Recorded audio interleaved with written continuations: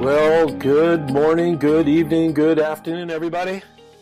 Howie Marlin here. Hey, good morning, Patty. It's November 8th, 2018, and welcome to Addiction. Got a minute?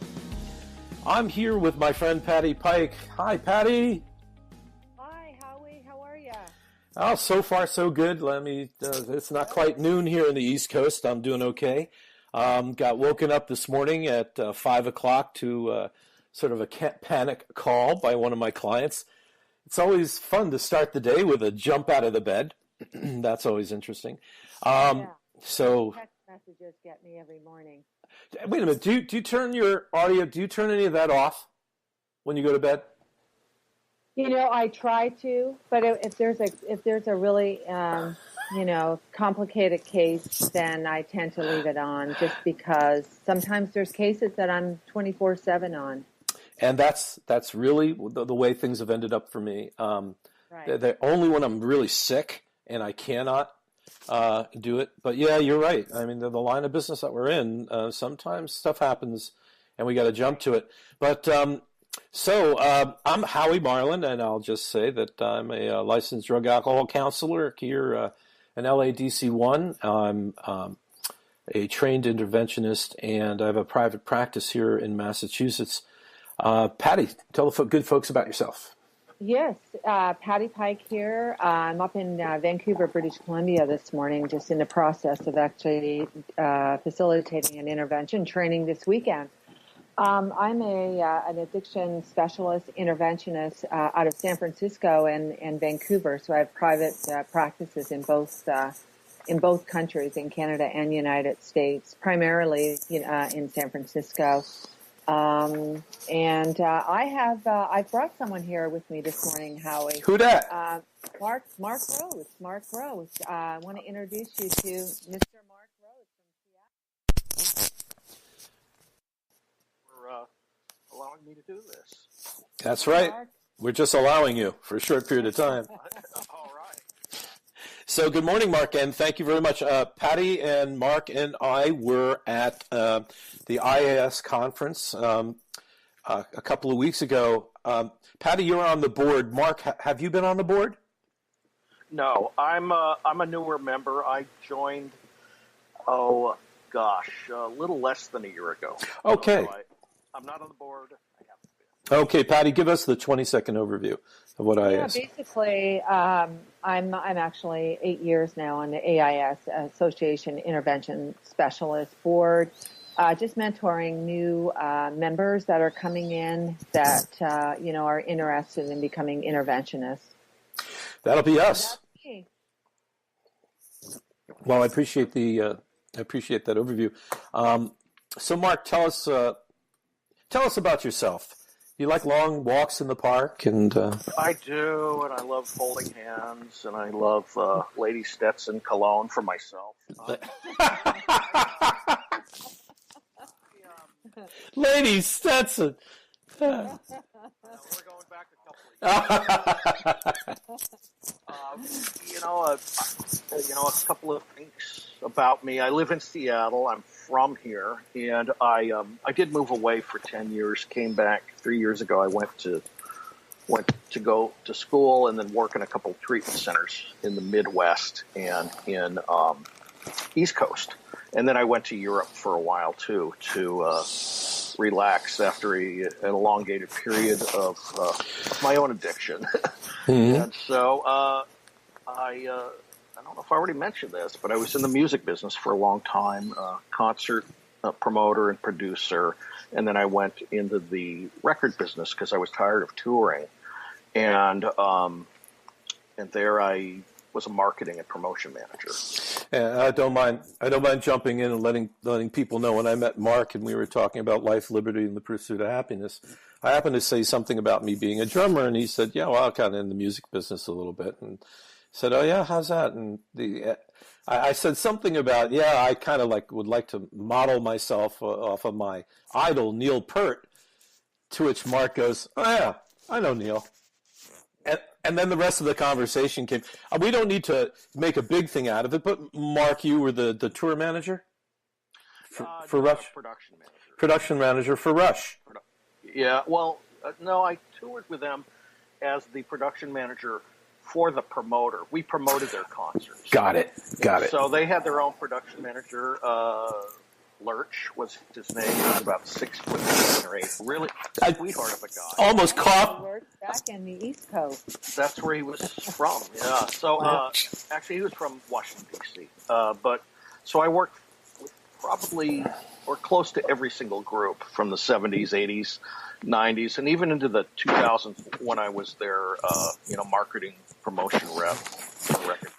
Oh, okay. You trump me. I used to brag over the fact that I've seen over 200 concerts, but the looks of it, you've actually met over 200 bands. Yeah, I'd say.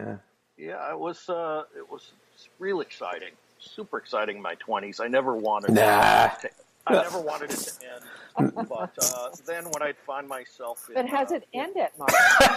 it did. I'm dead. We're on this podcast. It did end. I made some decisions to do some other things. So yeah, it was awesome. It's a young man's game. So yes. What you mean? You mean you're not leaving to go out to the pubs at midnight nowadays? Not anymore. It came to the point where I'd be asked to go see new bands or support our new bands, and I'd go to a club, and the era in the 90s where everybody is smoking clove cigarettes, and I'm in there in some packed house, and I'm seeing some really crummy band, and they rush up to me afterwards to ask me how'd you think we were? How great are we? And I'd have to come up with every excuse in the world, tell them their mic stands looked really good or something, And then I'd go home. I'd have to take a shower at 3 a.m. because I smelled like someone, stuck a cigar up my wazoo. Yeah, right? And, and so I knew I was too old. Everyone thought I was there to pick up my kids, being in my... Right? Yeah. I tell my kids about nights when, my night would be packing the drums up at around 2:30, 3 o'clock, and the Burger King run at 3 a.m. Yeah, you sound like a health nut. Yeah, no kidding. So I am a health nut. I'm in perfect shape. Oh yeah. Hey, so Mark, you've been a busy boy, and you started something new, the New Life Recovery Solutions in Seattle. That's true. Yeah, that's a recent venture for me. We opened up October 1st, and I have a private office in Seattle where I do intervention, case management, sober coaching, and a lot of referral. And then I met up with a guy who I knew from about 10 years ago who has a very, very successful, probably the most successful outpatient clinic in the Seattle area. And he just does real stand-up work. It's got a family feel to it. And his clients almost never leave. I mean, they do, people relapse, things like that. But it's a crowded marketplace up here. But he does the bigger business than almost anyone. And so we talked about opening in Seattle because he's actually in a suburb. And so we've gone into a partnership and opened it up, and we have a very, direct focus on where we want to go with it and how we want to treat people and the education we want to support them with and help them build fellowship. And it's a pretty exciting time right now. It's real exciting. So. Oh, congratulations. I mean, thank you. Yeah. Congratulations. I just jumped in for a second here. I met Mark in New Orleans, and I think it was back in May. I went to Judith Landau's intervention training, and Mark was actually sitting behind me. And there was something about when I spoke with Mark that I knew he had this sort of connection, of how you meet people in the field, and Mark was definitely someone that was showing that I knew that would probably do really well, and he has, and I really want to congratulate you on that, Mark. Well, I know this podcast is about me, but I have to throw this back to you, Patti. It's been a real magical experience getting to know you, and I watched you just a couple weeks ago in Florida, how you've taken other people under your wing, and you're out there promoting, this new young. I don't know why you promoted me because I'm 100 years old, but I'm older than you are. I know. Well, yeah, you're barely alive. So I'm glad I get to see your face. I don't know how long that'll last. So, but Patty, the way you're nurturing these people and giving them what was, I don't know if it was freely given to you, becoming an interventionist and all that, but it's really remarkable the way you care for other people and try to help them in this industry so that we can help others. And you've been a big supporter and promoter of me, and I'll never forget that.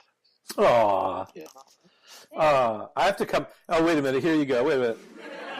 I added a little something that you'll hear in the recording.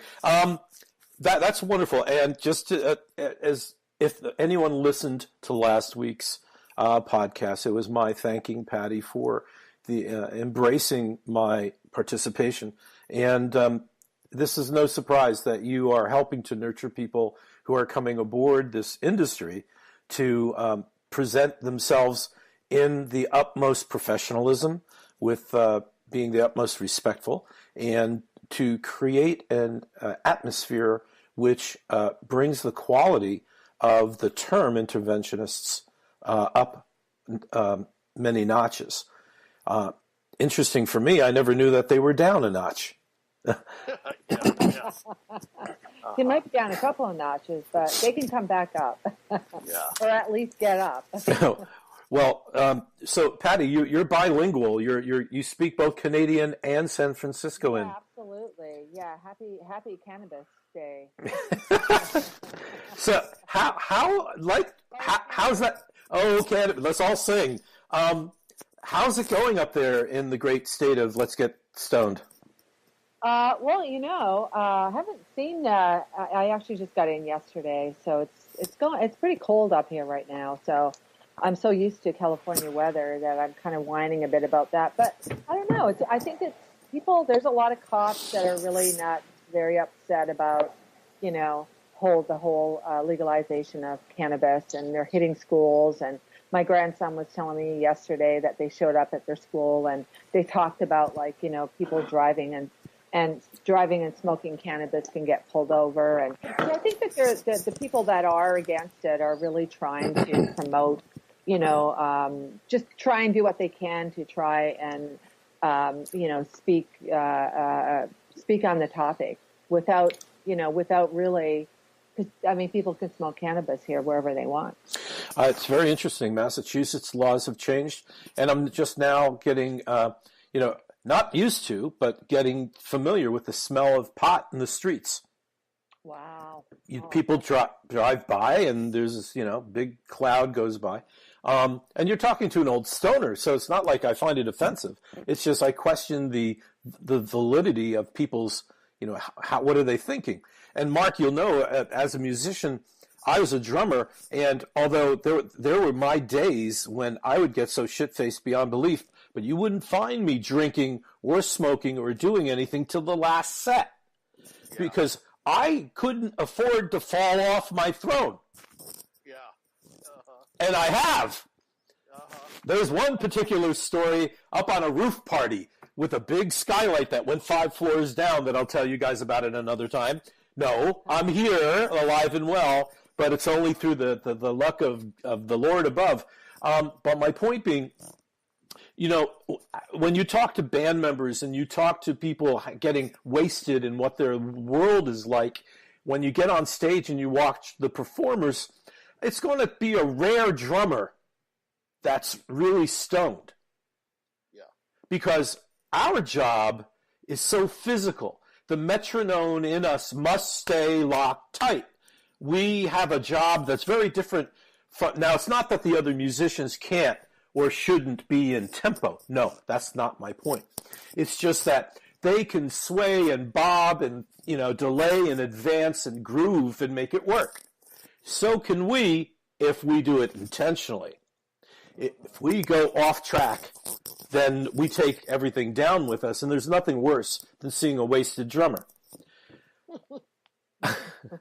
Well, just... I've seen a couple other that were worse than that, but this is... for now, So what are some of your referrals these days, Mark? I'm just curious. I mean, it seems like you're getting a lot of referrals up in Seattle area. I am, and it just seems like, and I've done this for a while. I've done this work for a while, but it was mostly inpatient. So, they would go through a whole process before they ended up with me as their primary therapist and for SUD, substance use disorder. And now that I'm doing it on my own, these calls are mostly crisis calls and panic calls. These families are in crisis, and I think I can vet out. I mean, I know I can. If it's really a crisis or not, if a mother calls and said, my kid is smoking, he's 16, smoking pot every day, I'm afraid he's going to die tonight in his sleep. And I'm thinking, well, maybe he won't die from marijuana. So let's come in, ask him if he would come in and just talk, do an assessment rather than, throw a net over his head and try to throw him into some kind of treatment experience. Sure. So everybody's in crisis. Everybody's panicking. And I get a lot of calls. I come from a big family. I was pretty out there in the Seattle community for a long time in the music business. So a lot of people know me, and I've become kind of a go-to person for the music business for drug and alcohol. So I get these calls. I have people come in. Sometimes I do an assessment with them. And so I'm doing a lot of referrals to treatment. And I really take pride in doing the best matching treatment. There's a lot of options there, as you both know, for treatment. There's a lot of treatment centers, and some specialize in areas that I need to refer to, whether it's a trauma background with someone or someone has a dual diagnosis with mental health. That seems like the mental health, wasn't mimicked or promoted by the drug or the alcohol itself, that maybe it was diagnosed before they, started that. So a dual program, eating disorder program, Patti, through you, I did some mental health referral, strictly mental health, no drug or alcohol. So it's really been a great experience to go visit these treatment centers. I really feel that as interventionists, we need to touch, feel, and smell, and know what their direction is. Hold on now. That's a really good point, and I want to get back to that in a minute. We're going to take a little bit of a breather to just gather our thoughts, and so hold on, everybody. We'll be back in just a moment.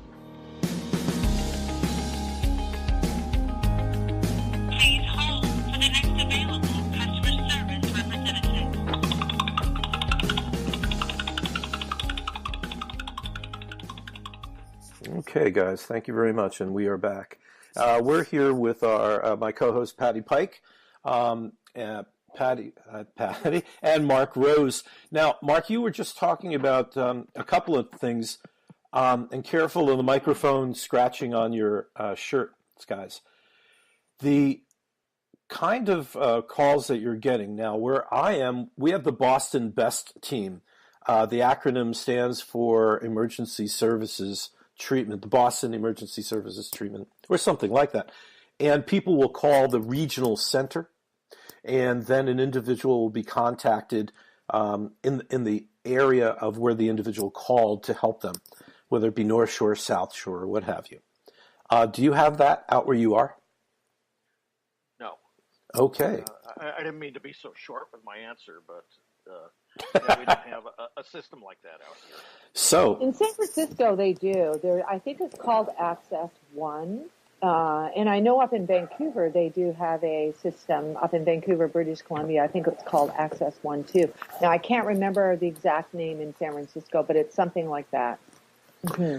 So these things are familiar with most of us. We have a community service organization, a intensive, they have a crisis stabilization process associated with a facility, a hospital, something like that. So if somebody calls with a situational crisis, the teenage angst, the 16-year-old girl who calls saying, I want to kill myself. Why? Because my boyfriend broke up with me, kind of thing. Right. So we'll find that. But Mark, what you're talking about.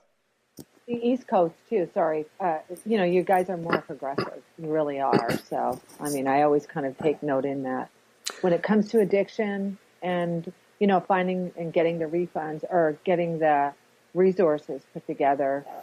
Definitely, I think that it's more progressive out there. Well, I appreciate that, and I'm glad to be part of that. But Mark, what you're talking about with what you're doing, because of your industry affiliation, people know you because of your experience, and you seem to be the lightning rod for folks seeking help who are in the music industry. Exactly. And I'm also, I'm the rep in Seattle for Music Cares.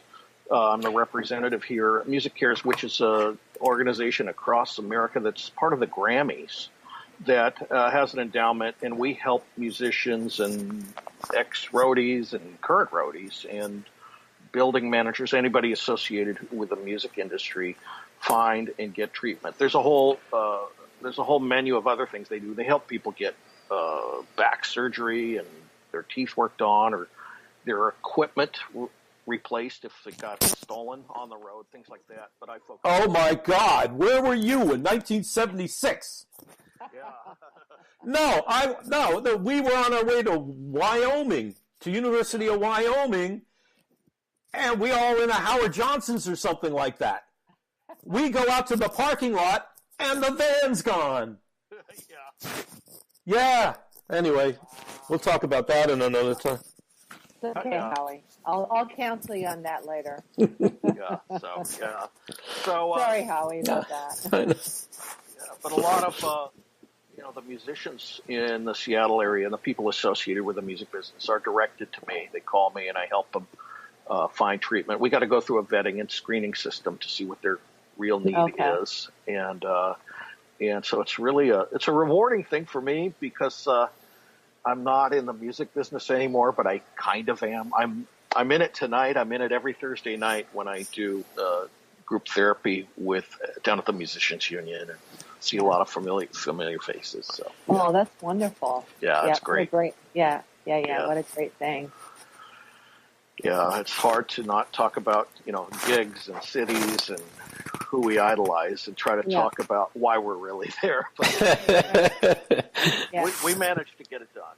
Yeah, that's great. Well, you know what the great thing, too, that I was thinking about when I kind of met Mark down in New Orleans, it was like he's got this edge to him, There's an alternative sort of like edge to Mark, and the connection piece that I think that he has with people, and he is becoming very well known. There's a lot of colleagues of mine throughout the United States, at different treatment programs, and I mentioned, hey, listen, you might want to check out Mark Rose up in Seattle, and they're like, oh yeah, that guy is cool, and so your name is really getting out there, Mark, and and I think it's just because of I think being a professional is not just that you go to school and you learn all these different skills and resources, which is a huge part, but it's also that there's a personality that kind of goes along with the kind of work that we're doing, because it is a very alternative kind of approach work. I mean, it's not just,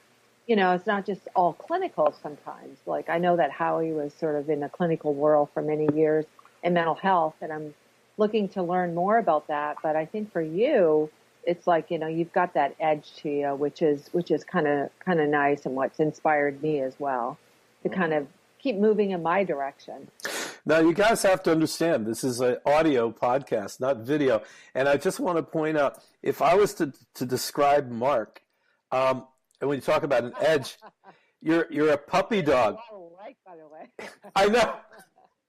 But Mark, you're such a puppy dog. And it's funny because when we were sitting around the table and I'm sitting next to you and I had not yet been introduced to you, you look at folks and you kind of get a feeling, do they look like they were corporate? Do they look like they grew up on the farm? These kind of things. And when you said what you did for a living, I'm going, no. Wow. I was just like, wow. And you're like, you would be in the shopping center and I'd ask you for a candy bar and you give me the candy bar. I'd say, thanks. I wouldn't think twice about it. Steven Tyler standing in front of me, handing me the candy bar. I'd probably, eat the candy bar with the wrapper on it while I was still standing there. Yeah. but it was fascinating because, you do come from the inner workings, the behind the scenes. We say pay no attention to the man behind the curtain. In a humble way as well. Very humble. Very, Right? very. What I really liked about Mark, and I just wanted to shout out to that because there's a humility that's attached to, the kind of work that you do. And, and I think it's great. And I appreciate you talking about the music business today as well, where your background in the music.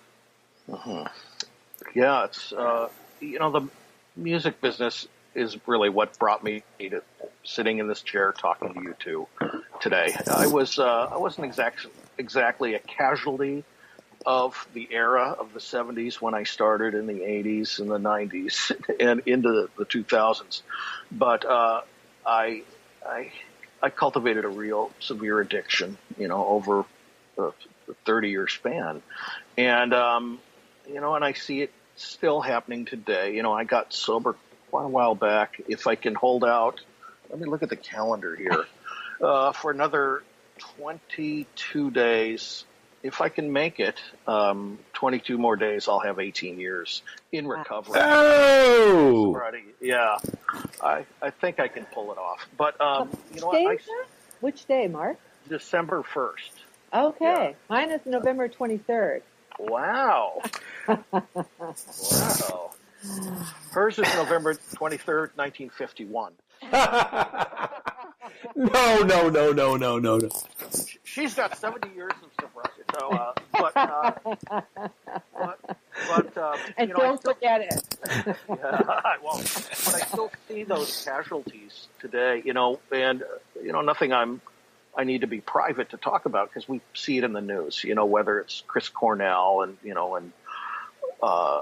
the lead singer from Linkin Park who died a year and a half ago, and the lead singer from Stone Temple Pilots, where their addiction has taken them, and it's really sad stuff. And I feel honored that I get to be allowed to do this work and try to help them. That's got to be a tough job, getting up and singing or being a front man or a drummer, whoever, in front of thousands of people every night. How do you calm down from that when your record label and your manager and your agent, everyone wants to make money, so they push you out there. It's really what killed Elvis Presley. It's what killed Elvis Presley. It's what killed Kurt Cobain. You've got these teams of people that want you to tour, and maybe you're not ready to. You need to be in treatment or something. So they prop them up and they die, and I just feel grateful that I get to help in my little way, to see if there's alternatives to how they can handle. I don't know what it's like to handle fame. I'd like a shot at it someday, but sure. Yeah. But, I think there's a lot of extra complications to that, and, sure. So yeah. I get to be a little bit on the sidelines these days.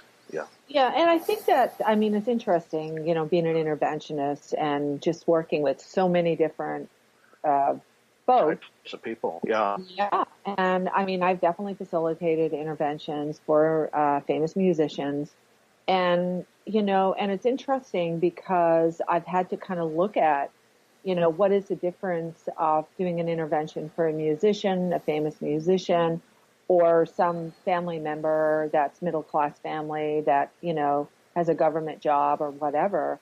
And in a lot of ways, there's not a lot of difference in the kind of work that you actually do at an intervention. I'm just curious with you, Mark, have you actually facilitated, what's your kind of understanding or what's your idea about intervening on different types of people, including musicians, or if you have done any interventions for a musician? I specialized in cultural competency when I was in school. And there's a whole cultural aspect to wealthy people, as you know, to privileged people, people of means, to rock stars, things like that.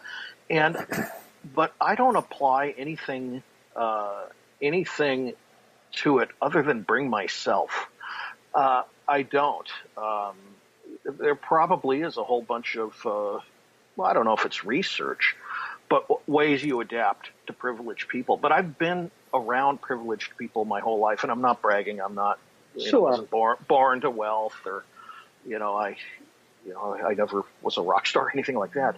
But I grew up in a wealthy community, a very poor family. That's not what you told me. You told me you were a rock star. No, I'm just kidding. I know, I was, yeah.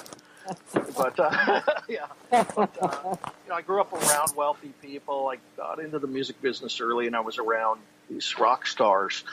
And I was just always myself, rather than trying to be something that I thought they needed or whatever. And now that I'm doing this work, I still just bring myself and just try to connect with people on a human level. I can give you an example, and Howie, please let me know if I'm going too long, but I worked for 3 years on the East Coast at Caron Treatment Center, and it's a very famous big place. And I got hired there, and I worked with adult men, and they, gave me clients right away, patients. And we'd get a lot of these guys from New York City that were the wealthiest, stockbrokers and chairman of banks and the highest compensated lawyers in the country, and famous people. And the way they dealt with it at Caron, I thought it was the greatest thing. These guys still shared a room, the president of the blah, blah, blah bank still shared a room with a 27-year-old, opiate kid from Philadelphia. And they still had to get up at 7 and do their job, which was, you have to dump the garbage or sweep for 5 minutes or something, just to give them that and make their bed, to give them that responsibility. And I think it really created a humility. And I think I'm, kind of going tangentially into another place. There's a lot of treatment centers now around the country which specialize in executives, people that, high net worth people and all that. And I think that it just seems like they pander to them a little bit, and pander to their, that ego and personality and who they are. And it's just something.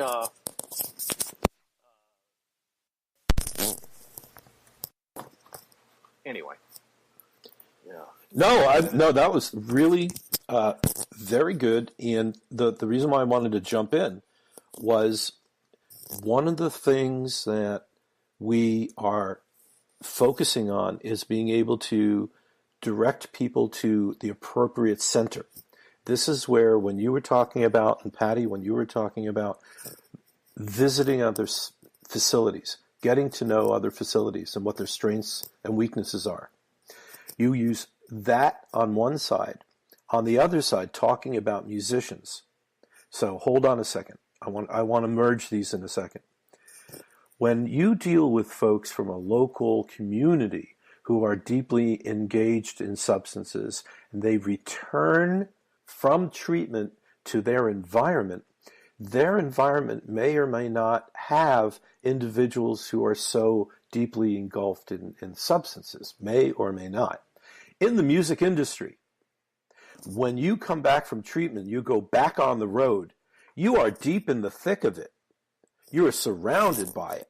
And everybody is forcibly trying to get you back on that bandwagon.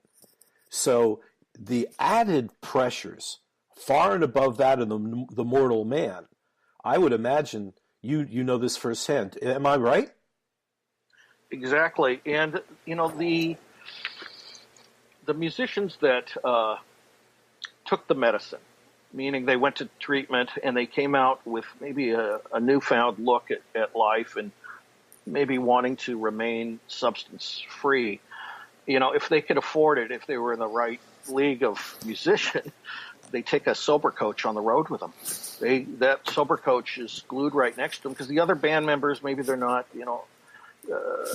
hardcore alcoholic or addict. Maybe they drink a little bit. A lot of musicians do smoke pot. They tend.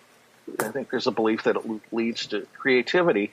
So if that band member, who's a key member of a band, takes a sober coach, they can break during the day, get off to a meeting, really do some work around what that person needs to do to make it one day at a time.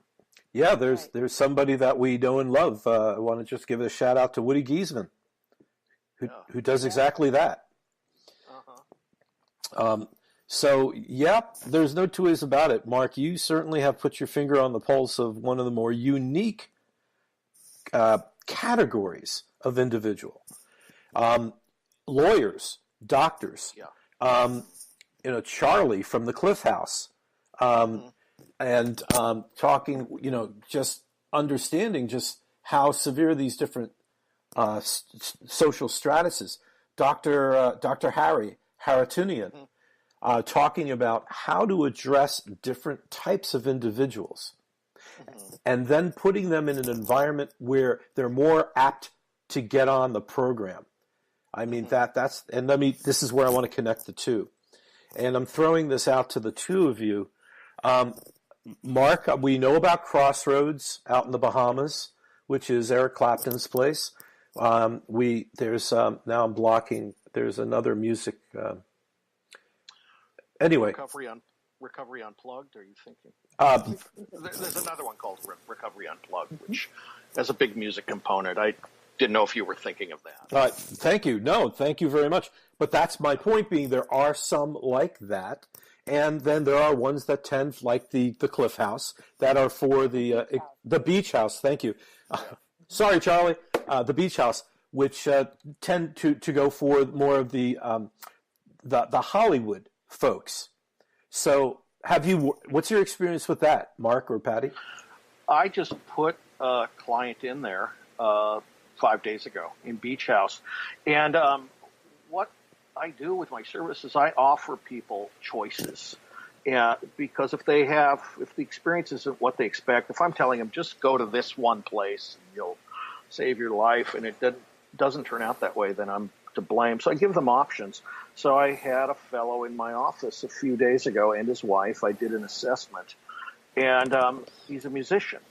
And so there's a lot of great programs I refer to, but Beach House happens to have a studio, and music was important to this guy. So I asked him, I said, this isn't a trick. Would it be okay if we called the owner right here? It was last Friday or Saturday maybe.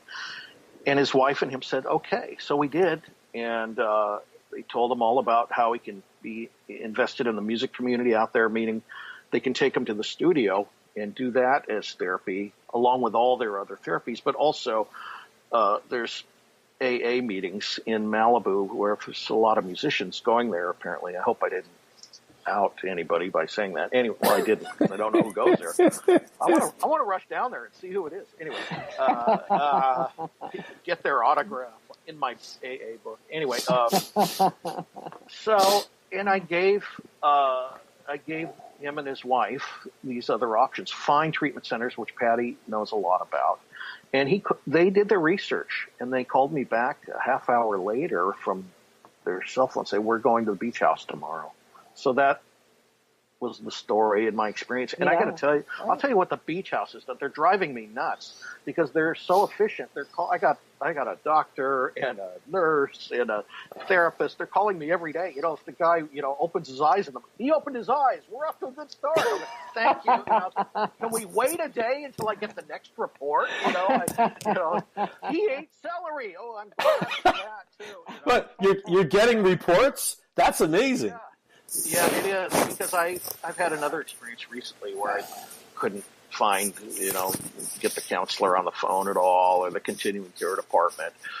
That's been disappointing, but I'm having a good experience right now with Beach House. Well, that is truly wonderful, and I think this may be one of the real virtues of this podcast for other interventionists. As we talk to folks, including what this discussion is about, to get people's impressions of their relationship with these different facilities from an operational point of view, not as a salesman, not that we want to focus everything over to this company or that company, quite to the opposite, to share our insight into what we gain by those experiences.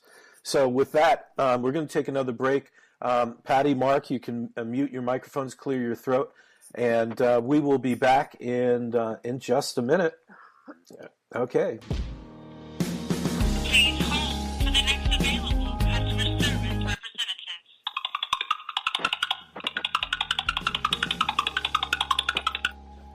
The views and opinions expressed on this show are of the hosts, the guests, and callers. They do not necessarily reflect the views of Addiction Got a Minute or the organizations associated with them.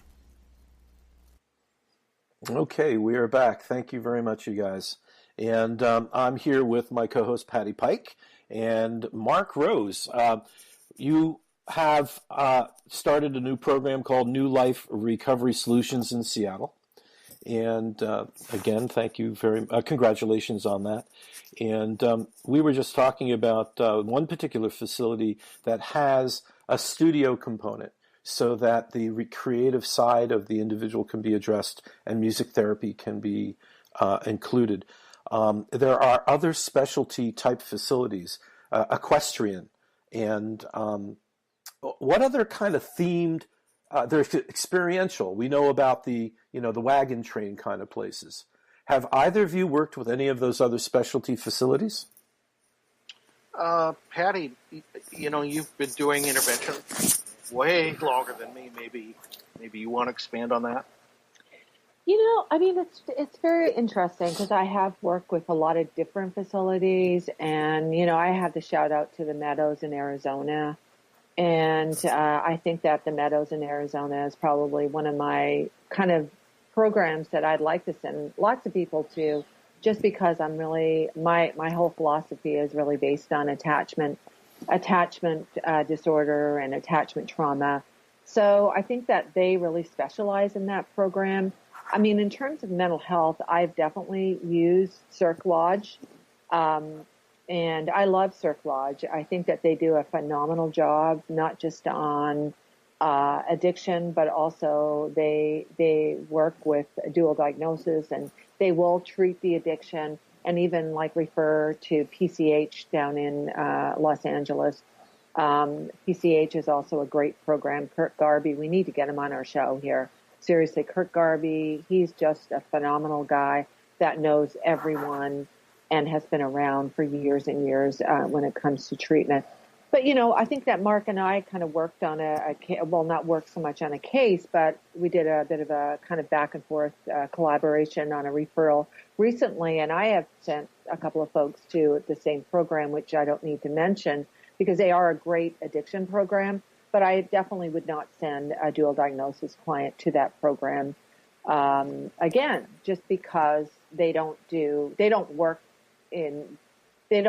say that they do, but they really don't work in dual diagnosis. So, but you kind of live and learn, right, Mark? In terms of making those referrals, and you try and do the best you can.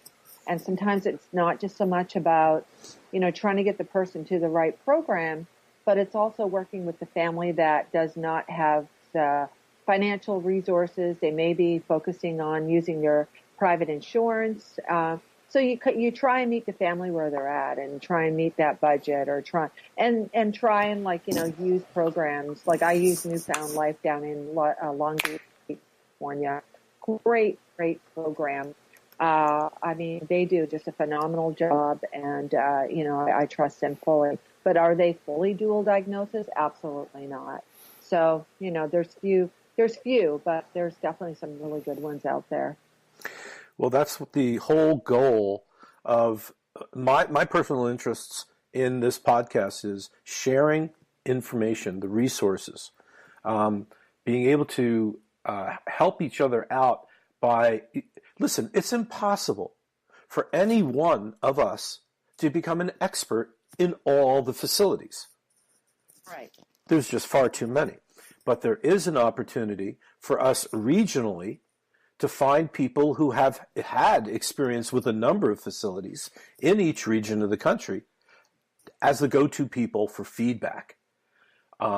So, I'm having quite a challenge right now with somebody in Texas, and they have a limited means.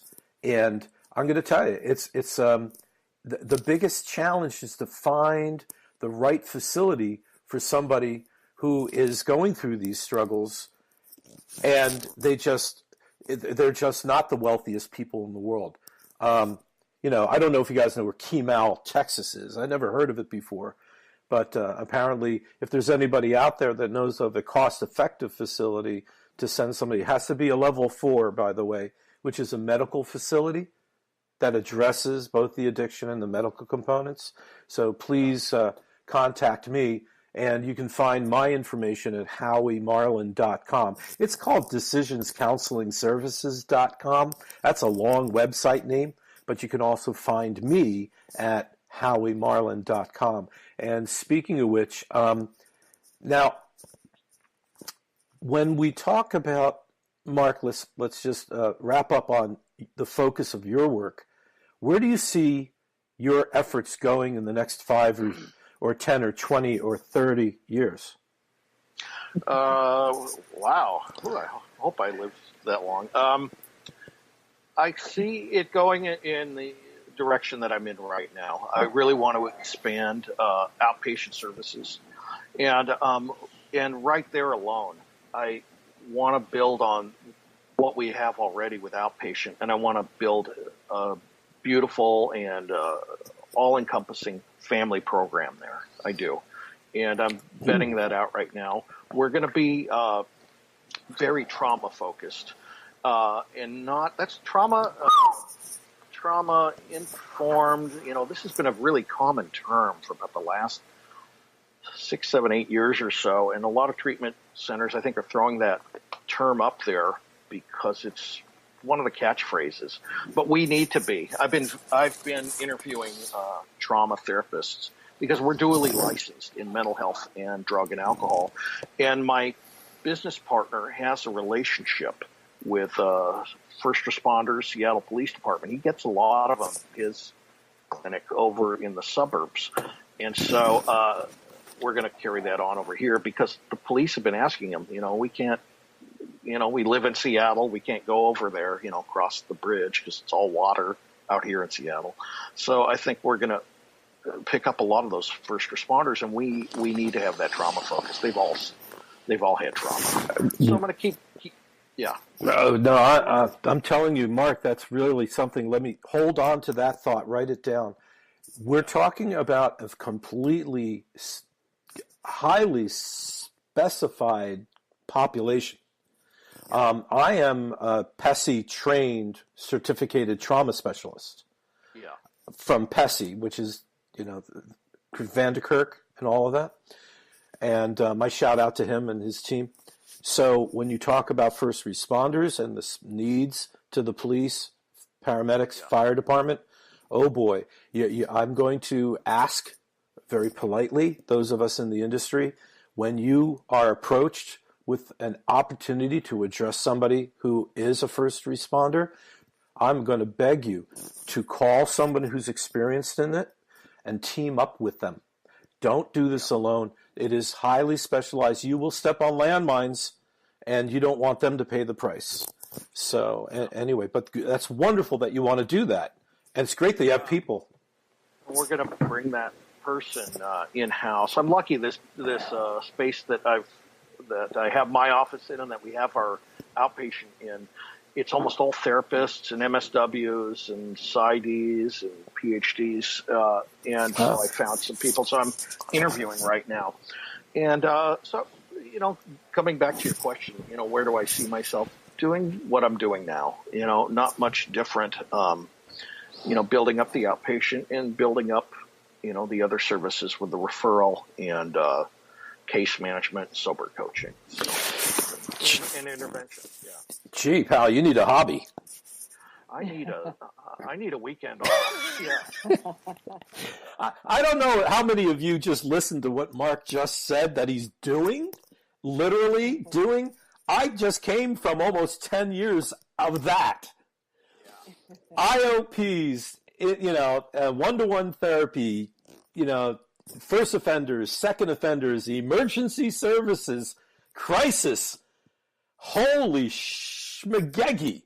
I mean, one of the things I learned to hate, and I'm holding up my cell phone to the camera, is those 1 a.m., 2 a.m. crisis calls. You got to get your ass out of bed, get to the ED because there's a client there for you. And it's like, surprise.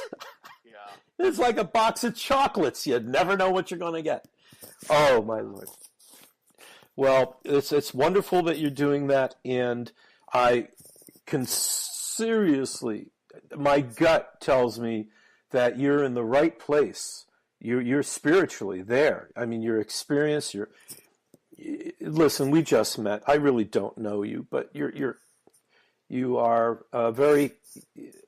You're quite the humble and you're very appreciative of the fact that you survived it.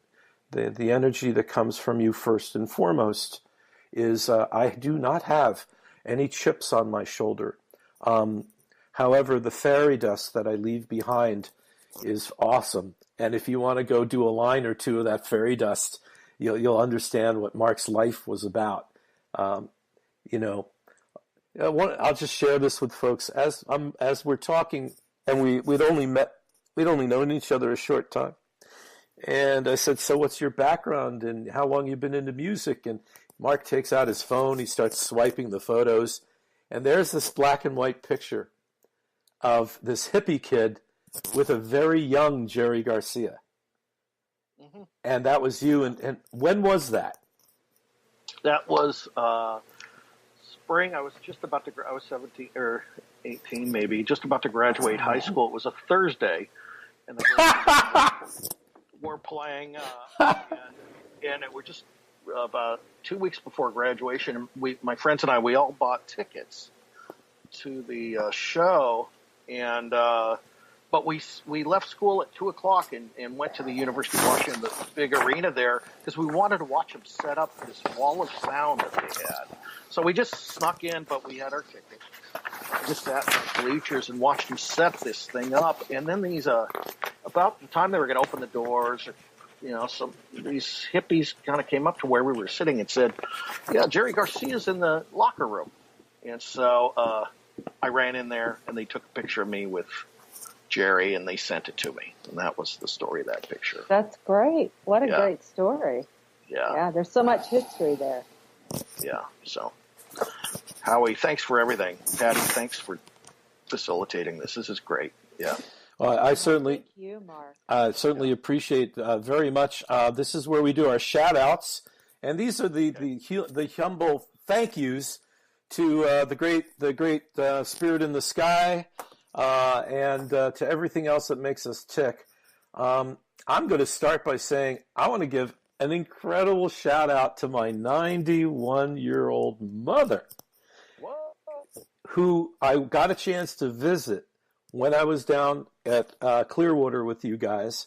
I took an evening, that evening off when you all were doing putt-putt golf. After golfing, I did the golfing, which was a lot of fun, but then I took off to see my mom. And to Selma Marlin, who is, I idolize you, honey bunch. And folks, when you look at her, you'll go, really? How old? No, she's in her 60s. You go, yep, nope, that's my mom. So hi there to my mom. Of course, to my wife, Jenny, who's recuperating from quite the tragedy, who is doing phenomenally well. And I just want to let everybody who knows her know that, when you see her, you will grin, you will be thrilled, and she'll meet you with a big hug and talk to you quite normally, and everything is awesome there. To Jeff J., thank you very much, Jeff, on behalf of me. I just got trained by Jeff and Deborah J. from Love First this summer, and Jeff has been so kind to help me out with a number of things. And, of course, to Woody Giesman, Woody, who's my soulmate, my mentor, my doppelganger. And just wanted to say, you rock, and, Governor Baker, you guys, keep going. What's happening in Massachusetts is awesome. There's a lot more I know coming down the pike for people to learn about in the near future. So on behalf of all of me to all of you guys, thank you. Mark, who would you like to say hi to? I'd like to say, just put a shout out to the recovery community and the professionals in the Seattle area. There's some really great people up here, and a lot of people that have supported me. Patti being, I think, at number one. If you can see my hand, I've kind of gone up high here, but you can't see my hand. And a lot of great people up here. Patti knows a lot of them, and I shout out to them for doing the work that they're doing. So that's my scream and yell. Yeah, good. Yeah. Thank you, Mark. Yeah. Patti? All right. Yeah, sure. I was thinking, who do I want to shout out to today? And I was thinking about Corey Wint, Wint, from Vancouver, British Columbia. He's got a outpatient program called Heart Quest. And Corey has just been an amazing supporter of mine in terms of, letting me use his facility this coming weekend to facilitate a 2-day intervention training. I have 30 people that are coming from all over Canada. So I just really wanted to have a shout out to Corey Wint. Also I'd like to just thank both of you for just being in my presence today, being together with you both, and, just doing the right thing for the right reason.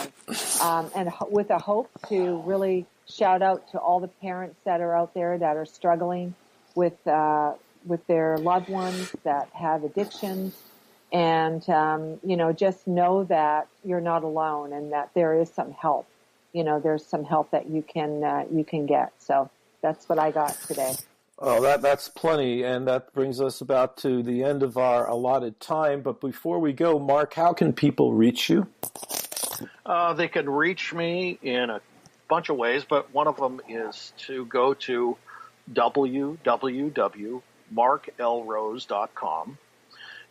Would you spell that for me, please?